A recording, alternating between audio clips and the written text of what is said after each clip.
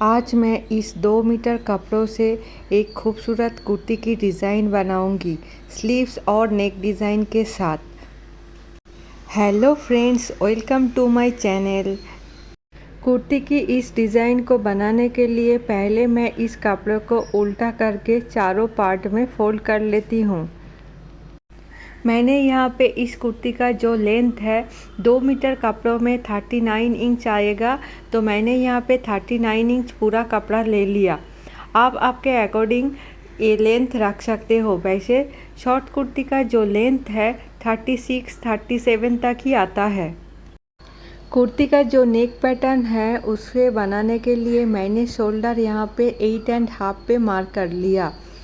तो 8.5 पे मार्क करने के बाद मैं आर्म होल का निशान लगा रही हूँ। तो आर्म होल भी 8.5 पे लगा रही हूँ। शोल्डर यहाँ पे मैं 7.5 पे मार्क करती, लेकिन यहाँ पे मैंने 1 इंच एक्स्ट्रा ले लिया और चेस्ट का निशान लगा लिया और वेस्ट का निशान 15 इंच पे लगा लिया और हिप का निशान 22 पे लगा लिया। अभी मैं साड़ी पॉइंट के ऊपर एक लंबा लाइन बना लेती हूँ। वेस्ट का जो मेज़रमेंट है 36, उसके साथ 4 से डिवाइड करके हाफ इंच ऐड करना है। तो मैंने यहाँ पे 9.5 पे मार्किंग किया और हिप पे भी सेम फार्मूला यूज़ करते हुए 11 पे मार्क किया। अभी सिलाई का जो निशान है उसे मैं लगा रही हूँ। साइड में 2 इंच या फिर 1.5 इंच सिलाई मार्जिन के लिए रख सकते हो। नीचे की तरफ जो स्ट्रेट लाइन है उसे भी एक मार्किंग कर लेती हूँ। कुर्ती का जो नेक डिज़ाइन है उसके लिए एक काटिंग ज़रूरी है, इसीलिए शायद ये वीडियो थोड़ा लंबा हो सकता है। मैंने यहाँ पे नेक डिज़ाइन और स्लीव्स डिज़ाइन दोनों एक साथ ही दिखाई हूँ। अभी मैं यहाँ पे बैक नेक का पैटर्न ड्रॉ कर रही हूँ। बैक नेक का पैटर्न ड्रॉ हो जाने के बाद शोल्डर को 1 इंच डाउन करके एक लाइन बना लेना है। यहाँ पे मैं आर्म होल का शेप ड्रॉ कर रही हूँ। आर्म होल का जो शेप है उसे ड्रॉ हो जाने के बाद आर्म होल का जो राउंड है एक बार चेक कर लेना है 8.5 पे आ रहा है कि नहीं आ रहा है। अभी मैं इसे कटिंग कर लेती हूँ।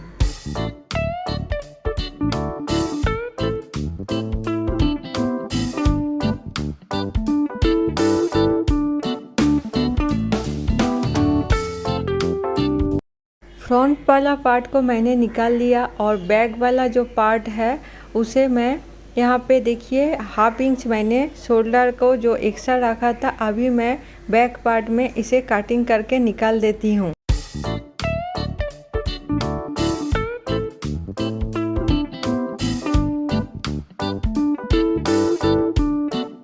बैक पार्ट कटिंग हो जाने के बाद मैं यहाँ पे फ्रंट पार्ट ले लिया और फ्रंट पार्ट का जो शोल्डर के तरफ मैं 5.5 पे एक निशान बनाऊंगी और ऊपर की तरफ से नीचे की तरफ मैं 14 पे और एक पॉइंट बना लूँगी। अभी ऊपर का पॉइंट और नीचे का पॉइंट दोनों पॉइंट को मैं एक सेल के मदद से एक लाइन बना लूँगी। लाइन बनने के बाद मैं इसे कटिंग कर लेती हूँ। फ्रंट पार्ट में जो शोल्डर एक्स्ट्रा मैंने 1 इंच रखा था वो मैं कटिंग करके नहीं निकाली हूँ। यहाँ पे मैं जो कट लगा रही हूँ, यहाँ पे मैं बाद में जब डिज़ाइन अटैच करके सिलाई करूँगी, बैक पार्ट और फ्रंट पार्ट का जो शोल्डर है दोनों बराबर आ जाएगा। बैक पार्ट और फ्रंट पार्ट कटिंग हो जाने के बाद जो बचे हुए कपड़ा है उसे मैं आड़े के तरफ बिछा दिया और उसके ऊपर मैं फ्रंट वाला पार्ट को रख दिया।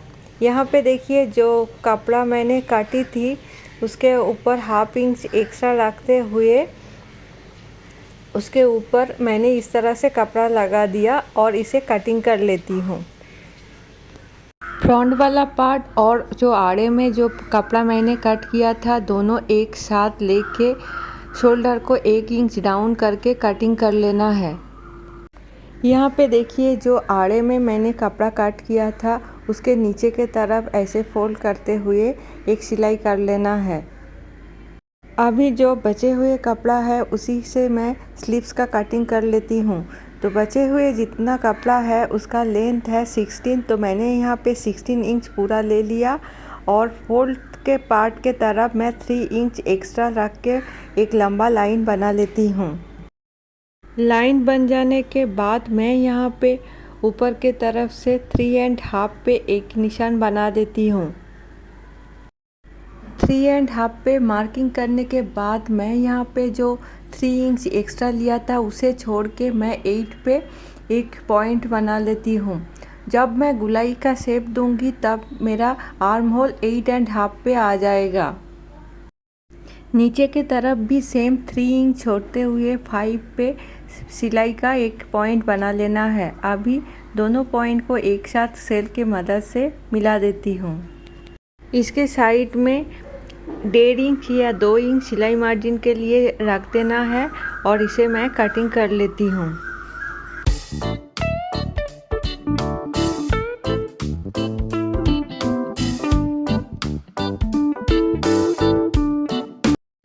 स्लीव्स का जो नीचे का पट्टी है उसे मैं 4 इंच में कटिंग कर लेती हूँ। स्लीव्स का जो राउंड शेप है उसके लिए मैंने 7.5 पे कटिंग कर लिया। फ्रंट पार्ट को लेके इस तरफ से रखते हुए मुझे सिलाई करना है। जब मैं इसे सिलाई करूँगी, सिलाई हो जाने के बाद शोल्डर 1 इंच कम हो जाएगा, इसीलिए मैंने यहाँ पे शोल्डर 1 इंच एक्स्ट्रा लिया था। फ्रंट पार्ट के लिए जो मैंने एक्स्ट्रा क्लॉथ कट किया था उसके नीचे के तरफ इस तरफ से एक सिलाई करना है।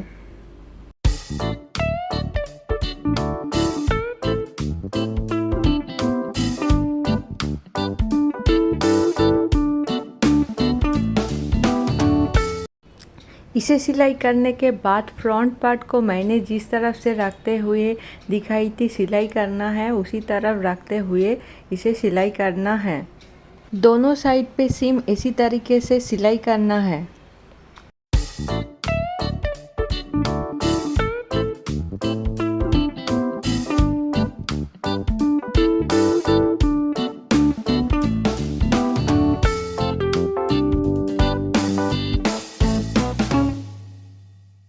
इस तरफ से सिलाई हो जाने के बाद मैं यहाँ पे एक टॉप स्टिच लगा देती हूँ।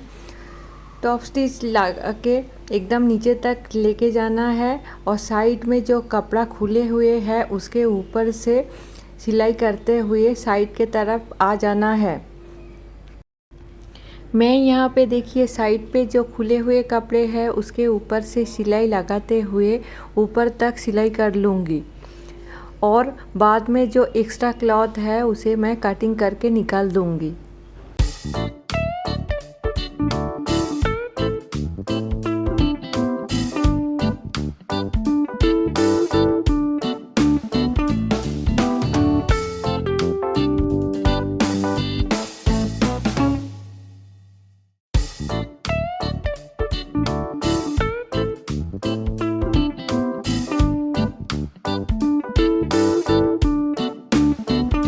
दूसरा साइड पे भी सेम इसी तरीके से सिलाई करना है। तीनों कपड़े का जो कटिंग का लेंथ है बराबर होना चाहिए, फिर एक दूसरे के ऊपर रखते हुए सिलाई करना है। दोनों पार्ट सिलाई हो जाने के बाद मैं इसे हाफ फोल्ड करते हुए रख के आर्म होल का जो अंदर का शेप है उसे कटिंग कर लेती हूँ। आर्म होल का शेप देने के बाद मैं यहाँ पे एक राउंड शेप में नेक पैटर्न बना के रेडी कर लिया। उसे मैं इस तरफ से रखते हुए सिलाई कर लेती हूँ। आप चाहो तो वी शेप में भी बना सकते हो। नेक पैटर्न का जो सिलाई है इसे हो जाने के बाद इसके साइड में देखिए 1/4 इंच कपड़ा छोड़ते हुए इसे कटिंग कर लेना है। कटिंग करने के बाद जो एक्स्ट्रा 1/4 इंच कपड़ा है उसके ऊपर छोटा छोटा कट लगा देना है। ध्यान रखना सिलाई के ऊपर नहीं होना चाहिए। और कट लगाने के बाद यहाँ पे मैं एक टॉप स्टिच लगा देती हूँ। बाद में मैं इसे हेमिंग करके हाथ से सिलाई कर लूँगी। फ्रंट पार्ट का जो नेक पैटर्न है इसे सिलाई हो जाने के बाद बैक पार्ट का भी सेम इसी तरीके से सिलाई करना है। इसके लिए मैंने यहाँ पे एक तिरछे में कपड़ा कट कर लिया और इसे एक दूसरे के ऊपर रखते हुए इस तरफ से मैं सिलाई कर लूँगी।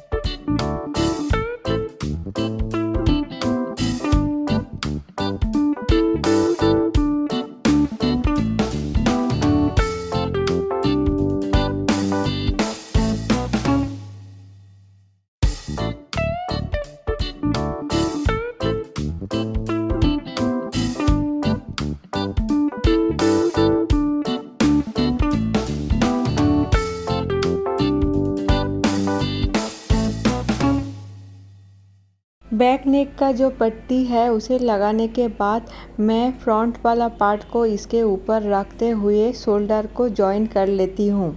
दोनों साइड पे सेम इसी तरीके से जॉइंट करना है।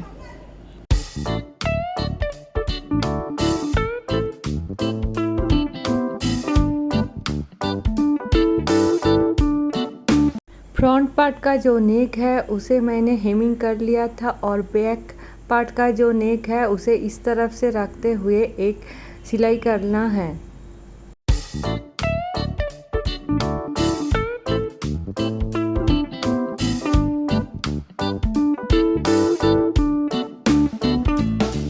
अभी मैं यहाँ पे स्लीव्स का डिज़ाइन रेडी कर रही हूँ। स्लीव्स का जो नीचे का पार्ट है वहाँ पे मैंने मिडिल पोर्शन पे एक छोटा सा कट लगा दिया और जो पट्टी मैंने काटी थी उसके भी मिडिल पोर्शन पे एक छोटा सा कट लगा दिया। यहाँ पे देखिए स्लीव्स का जो मिडिल पार्ट है और पट्टी का जो मिडिल पार्ट है उसे एक दूसरे के ऊपर रखते हुए पिन से अटैच कर लेना है। पिन से अटैच करने के बाद देखिए मैं यहाँ पे एक दूसरे का जो किनारा है उसे पकड़ते हुए सिलाई करना है। इसे सिलाई करते हुए जैसे ही मिडिल पोर्शन पे आएगा वहाँ पे मैं छोटा छोटा फ्रिज लगा दूँगी।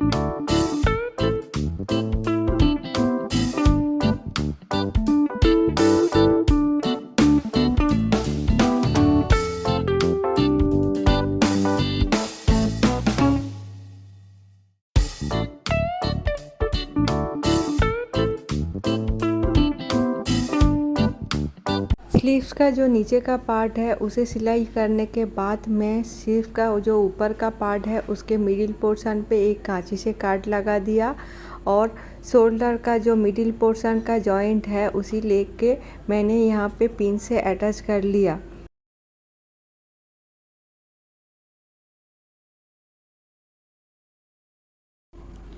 कुर्ती का जो आर्म होल का पार्ट है और स्लीव्स का जो पार्ट है उसे मैं एक दूसरे के ऊपर रखते हुए सिलाई करूँगी।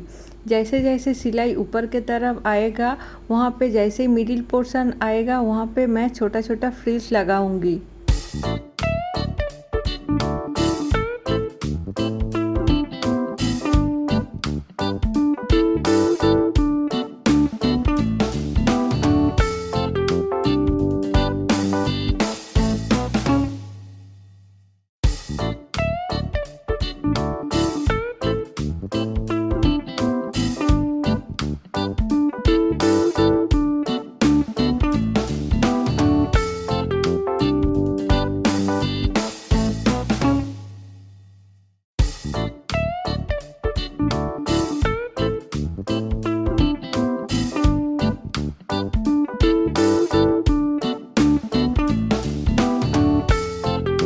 कुर्ती का जो दोनों स्लीव्स है उसे बनाने के बाद मैं यहाँ पे कुर्ती का जो फिटिंग्स का मार्किंग किया था उसके ऊपर से दोनों साइड पे सीम इसी तरीके से सिलाई कर लूँगी।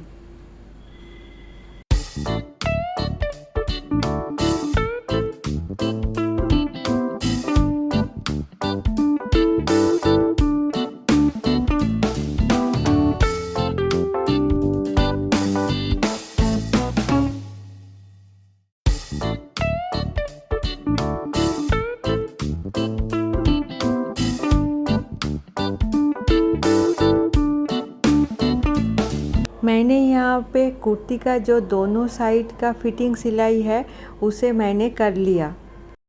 अभी मैं कुर्ती का जो साइड का स्ट्रेच सिलाई होता है वो कर लूँगी। उसे करने के लिए कोई भी एक साइड से पकड़ते हुए ऊपर के तरफ सिलाई करना है। इस तरफ से सिलाई करते हुए जैसे ही ऊपर की तरफ आएगा, जहाँ पे जॉइंट का सिलाई है वहाँ पे मैं पहले से 1/2 इंच पट्टी कट के रेडी कर लिया था, उसे इसके अंदर रखते हुए सिलाई करना है। मैं जब भी कोई कुर्ती या कमीज़ सिलाई करके रेडी करती हूँ, साइड पे इसी तरीके से पट्टी हमेशा लगाती हूँ। इससे क्या होता है, साइड पे फटने का डर नहीं रहता है। सेम इसी ट्रिक का यूज़ करते हुए दूसरे साइड पे भी सेम ऐसे ही पट्टी लगाना है।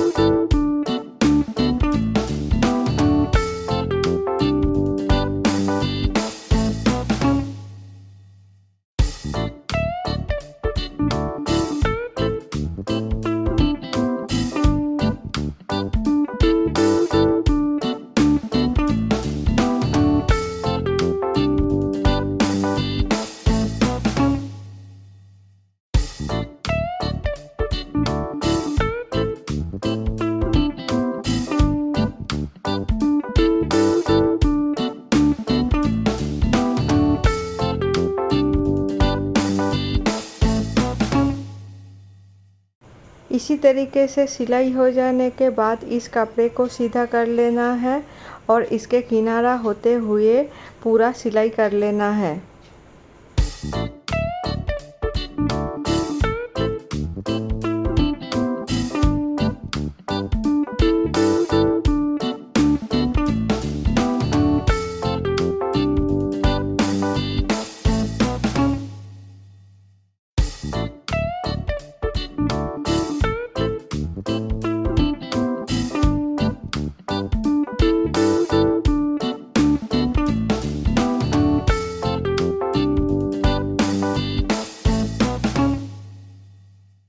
इसी तरीके से सिलाई हो जाने के बाद मेरा पूरा कुर्ती बन के रेडी हो गया।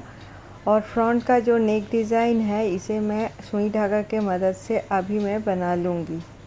इस डिज़ाइन को बनाने के लिए मैंने यहाँ पे मोटा कोई भी एंकर का थ्रेड ले लिया और थ्रेड हमेशा कॉन्ट्रास्ट कलर में लेना है और इसे ऐसे रनिंग सिलाई करते हुए सिलाई करना है और थोड़ा दूर दूर पे एक सितारा सिलाई करते जाना है।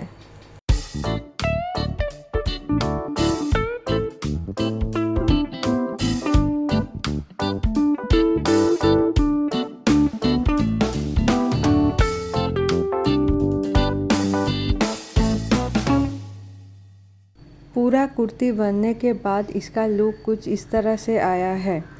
अगर आपको ये वीडियो अच्छा लगे तो लाइक और सब्सक्राइब करना मत भूलना।